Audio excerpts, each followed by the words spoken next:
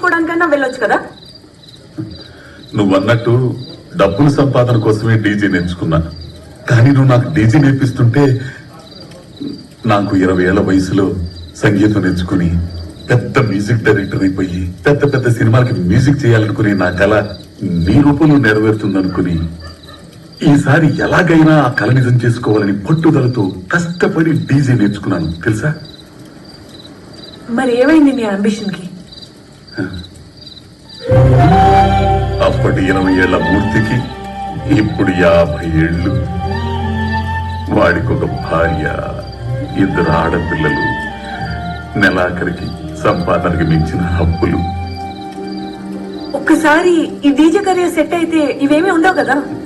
అలా అనుకుని ఒక్కసారి మ్యూజిక్ షాప్ పెట్టి ఫెయిల్ అయిపోయాను. ఇప్పుడు డీజే అని ఫెయిల్ అయిపోతే అప్పుడు నన్నే కాదు నా కుటుంబాన్ని కూడా మోసం చేసిన వాడిని అవుతాను.